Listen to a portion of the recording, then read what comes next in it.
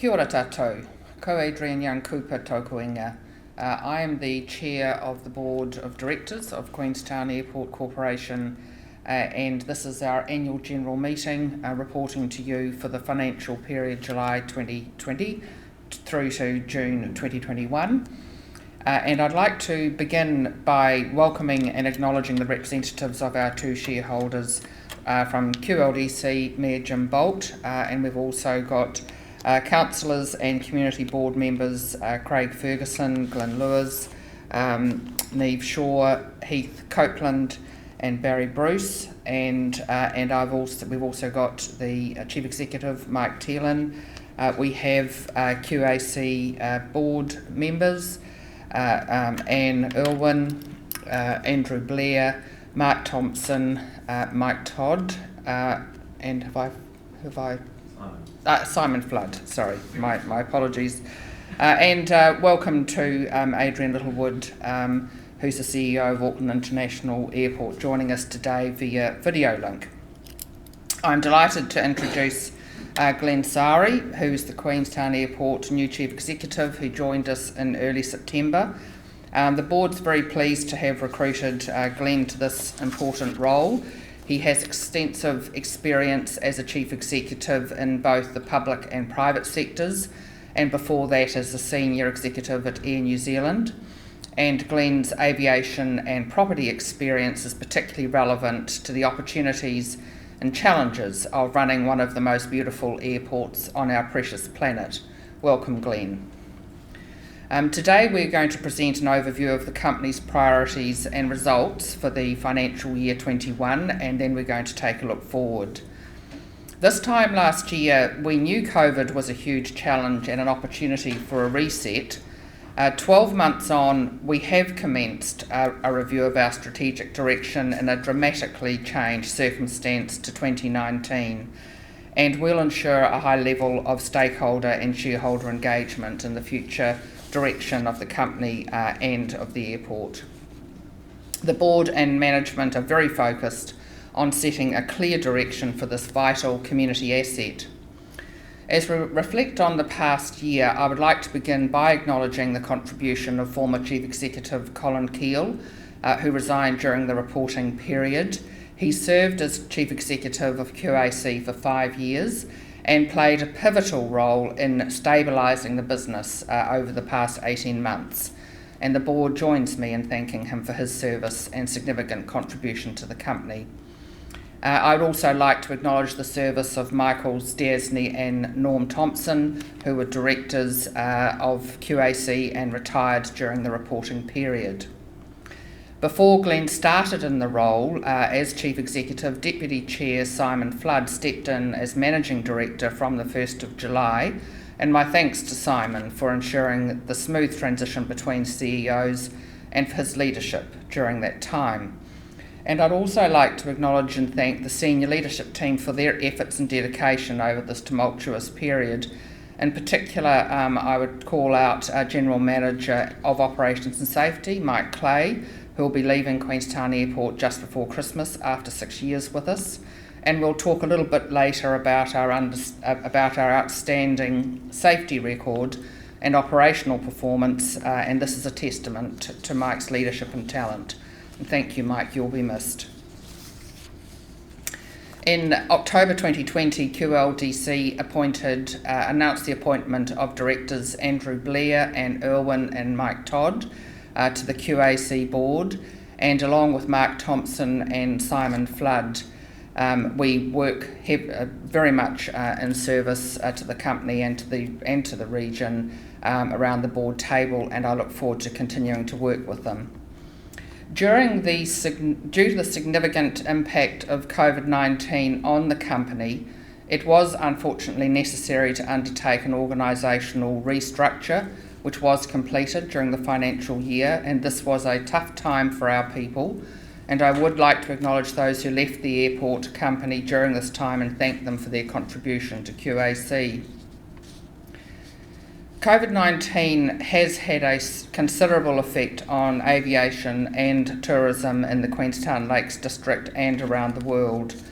I would like to acknowledge the general aviation and retail operators at both Queenstown and Wanaka airports, many of whom have had an especially tough time because of the massive and sustained drop in tourism. In this context, our priorities for the 2021 financial year were to stabilise the business in the complex and uncertain operating climate created by COVID-19 and the associated government response, to safeguard the company's core capability to operate vital airport infrastructure in the Southern Lakes region, and prudent and very cautious operational and capital planning. The company's results reflect the significantly changed operating climate. The ability to make decisions quickly and with agility was and continues to be required. In financial year 21, there were 1.33 million passenger movements, down 29% compared to financial year 20, and 42% down compared to financial year 19. It was our first full COVID year. While domestic passenger movements at ZQN were up 2%, international passenger movements were down 96%. Queenstown and the Southern Lakes region continue to be a highly attractive destination, but with international borders effectively closed to tourism, a big part of our business simply does not exist until the free flow of international travel recommences. There was a significant drop in revenue, down 40% to 27.8 million from 46.7 million. EBITDA was down 45% from 31.3 million to 17.1 million. The company's reported net profit after tax was down 91% to 1.6 million from 18 million in the same period last year. Importantly, however, we required no equity contribution from our shareholders and maintained significant financial headroom and were able to deliver profit after tax. Unfortunately, due to the continuing impact of COVID-19, no dividend to shareholders was declared for financial year 21. We certainly plan to be able to resume dividend payments as soon as business conditions allow. Domestic travel was strong throughout the reporting period, with minimal COVID-19 travel restrictions in place. The short-lived reopening of the Trans-Tasman border was a welcome step towards recovery, but the vulnerability of the bubble since the emergence of the highly contagious COVID-19 Delta variant further reinforces the highly uncertain environment we continue to operate in. It's now been 17 weeks since the Trans-Tasman bubble was effectively suspended and 10 weeks without Auckland flights. On the domestic front, Auckland contributes over 60% of our passenger volume. While there is much conjecture, we hope Auckland flights will return in time for Christmas. However, we aren't expecting Trans-Tasman flights to operate to and from Queenstown until at least April 2022. We are, of course, prepared for an earlier restart of Trans-Tasman flights and will welcome them as soon as the government decides the risks are acceptable. Ensuring both the operational and financial resilience of the assets that we have stewardship of is vitally important to shareholders and the wider Southern Lakes regional community. While COVID-19 has changed the way the world moves and connects, we have been able to navigate through and stabilise the business by working constructively together with the airlines and the wider airport community. Our priority has been the resilience of the whole airport community. To achieve this, we have and continue to offer targeted relief packages, which were valued at 6.7 million in the financial years 20 and 21. That support is ongoing as we plan for recovery together. Simply, however, the reopening of Auckland and the Trans-Tasman is critical to a sustainable recovery. The financial impact of a significant loss in aeronautical revenue extends to our commercial revenue as well. 95% of Queenstown Airport's total revenue is linked to domestic and international passengers.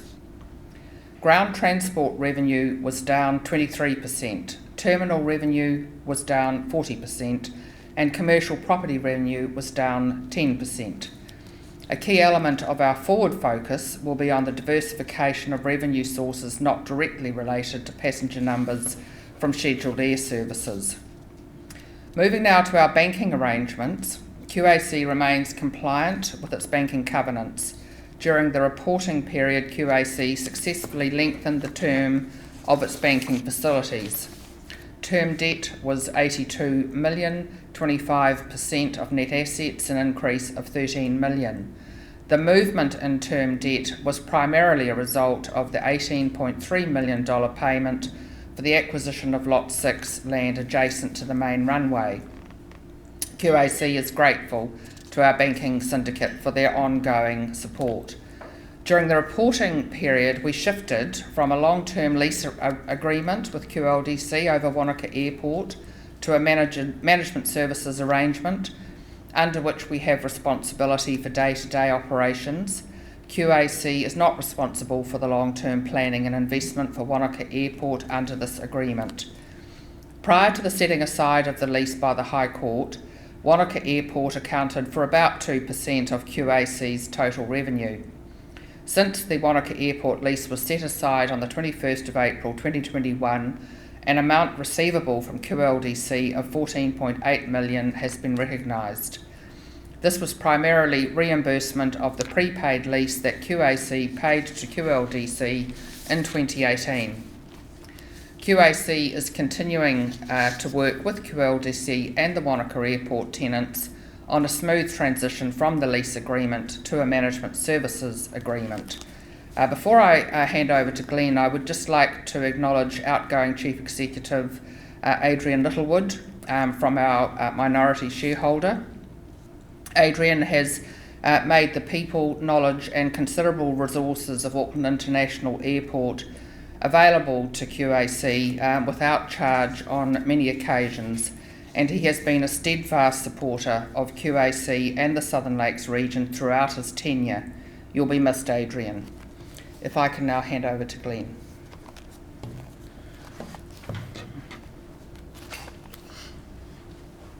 Thank you, Adrienne, and kia ora, everyone. It's good to be with you all today for my first time as CEO of Queenstown Airport at our AGM. Today marks the end of my 7th week at Queenstown Airport, and it's great at a personal level to be back in the aviation sector. On my first day as CEO of the airport, there was not a single commercial flight. And it's certainly good to see some starting to come back now. Of course, the key to us reconnecting nationally and globally as we move from the elimination approach, which served us well until the Delta variant emerged, is the suppression and a living with COVID approach. I'm fortunate to have inherited a great group of people in the team at QAC. Together, we're focused on maintaining world-class operational and health and safety standards. My approach to leadership is focused on open engagement with the communities we serve, our shareholders, and with our customer and supplier base. Our business objectives for the current financial year include achieving the Statement of Intent objectives and associated targets, and the completion of the company's 10-year strategic business plan, which includes our sustainability strategy. I'm focused on working with the board and the entire QAC team on the strategic reset that Adrienne referred to earlier. The last few months have shown us that COVID-19 is not going away, regrettably, anytime soon. So ensuring the continued stable financial performance of the company and safeguarding the company's core capability and capacity to operate is vital, particularly as a lifeline airport infrastructure, and its importance in supporting the recovery of the district. Health, safety and security is our highest priority. QAC, as you know, has a safety first culture and a zero harm target. through a safe operating environment and a just culture. I'm delighted to say that there has not been an employee or contractor lost time injury for more than 6 years. And for those of us involved with other businesses, that's quite an extraordinary achievement, and one I think we can all be proud of, and takes a lot of focus and effort to maintain that going forward. There have also been 0 cybersecurity breaches. Cybersecurity doubtlessly is becoming increasingly important in the digital world we live in, and QAC is committed to vigilance in this area. We're continuing to work closely with business, other airports, partner airlines, and government agencies on the national pandemic response. Our priority is the health of our people and the community. To achieve this, our health and hygiene protocols are regularly reviewed. QAC took responsibility for a COVID-19 vaccination push across the airport community from April. This resulted in very high vaccination rates across the airport community. In recent weeks, I worked alongside 24 business leaders in New Zealand with a great initiative that Adrienne Littlewood from Auckland Airport led. And we successfully lobbied government to fast-track permission to import rapid antigen tests to New Zealand.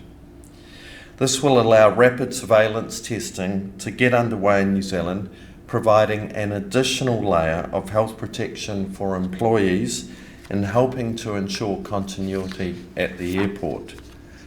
Alongside vaccination, efficient and accessible testing is key to ensuring we get our economy moving and reconnected with the world while keeping people safe.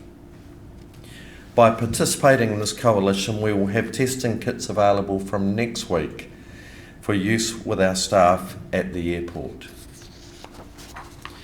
Construction for our terminal upgrade program kicked off in April this year.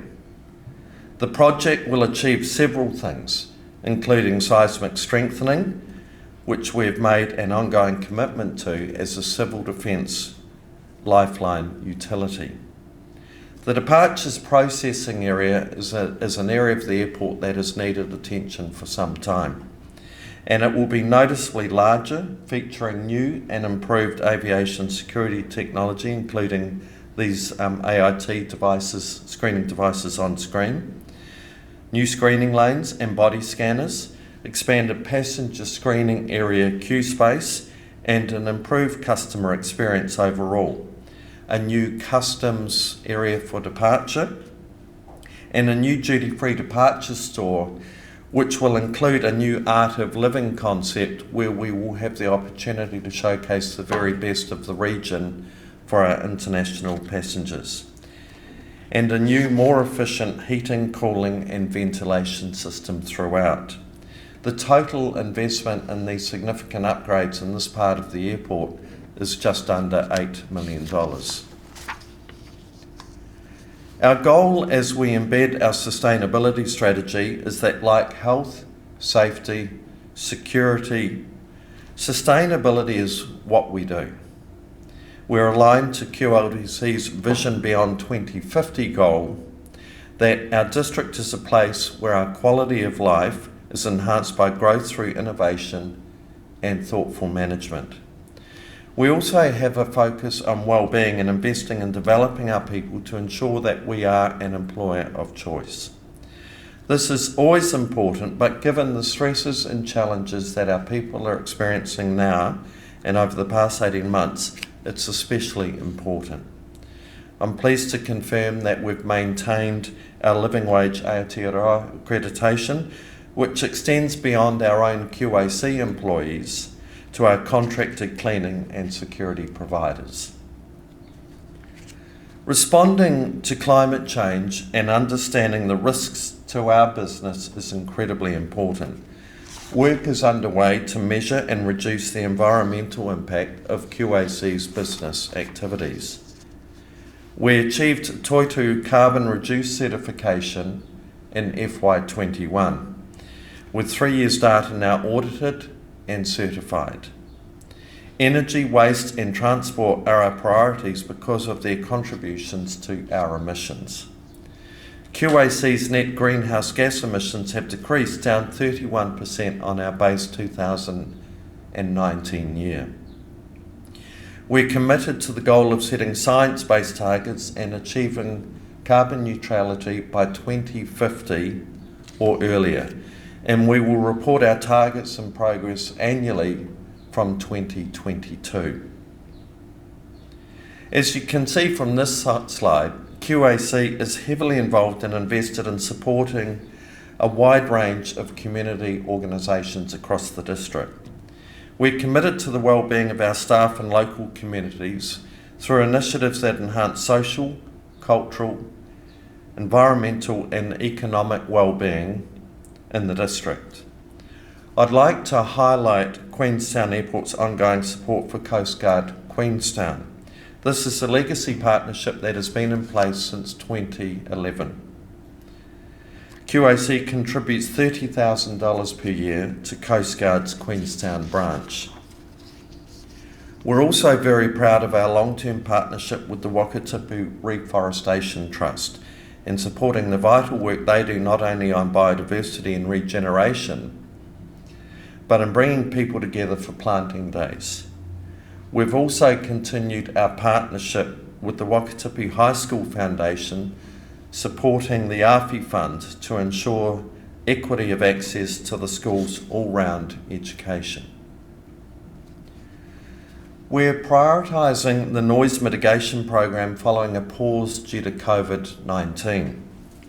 Depending on the property, mitigation can include the installation of mechanical ventilation as well as acoustic treatments. We will offer and complete mitigation on homes to meet our obligations in the mid-noise sector, and we'll also proactively complete mitigation works on those homes within the inner noise sector. We'll continue to focus on reviewing and investing in noise mitigation solutions and technology where practical. Looking forward, I'm committed to the reset Adrienne and I have already talked about today, and to taking the time to listen and understand the wants and needs of our diverse group of stakeholders as we commence our strategic 10-year planning work.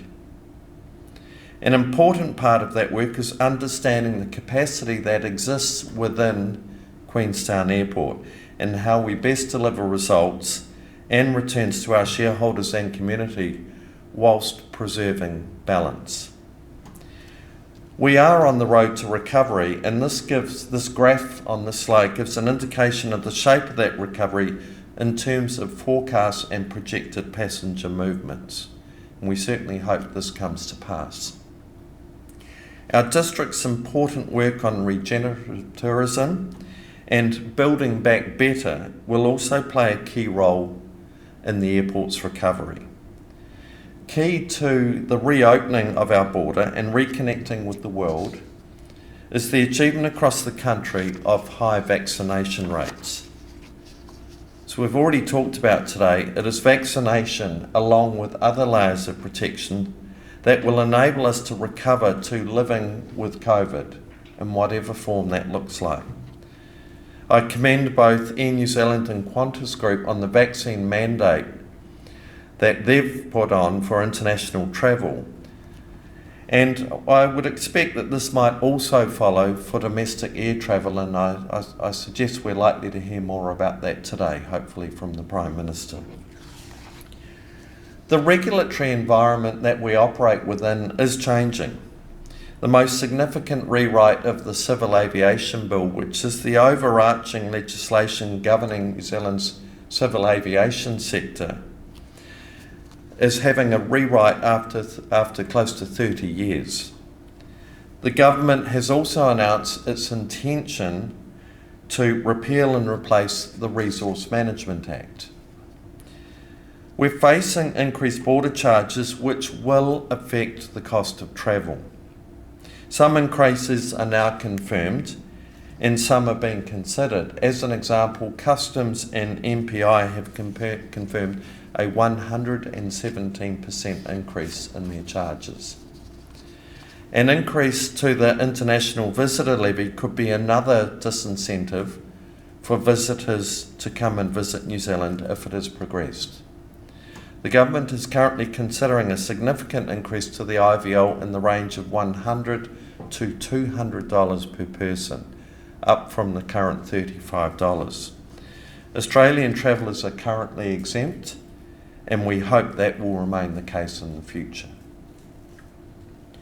We have an exciting opportunity given the pace at which technology advances are being developed and introduced. The increasing digitisation of travel will enable us to deliver an airport experience for passengers, the airline and businesses operating here on par with the best in the world. Mitigating the carbon impact of air travel is also critical to this future vision. As I've said, I've been in the role for 7 weeks now, and I've observed in that short time the strength of our airport community and the Queenstown Lakes District. I know that many people have gone the extra mile to make a difference, and I would like to acknowledge the support and efforts of the QAC board, the wider team, our shareholders, the Queenstown and Wanaka airport communities, and of course the residents and businesses of the district. There will continue to be significant challenges and disruptions in the year ahead. Of that we can be certain. On behalf of the board and the QAC team, we commit to working in close collaboration with our shareholders, our stakeholders and the community to forge a path to recovery balancing social, environmental, cultural and economic well-being.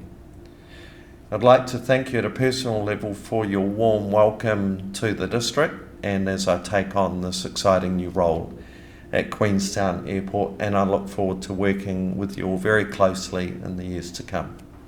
Thank you.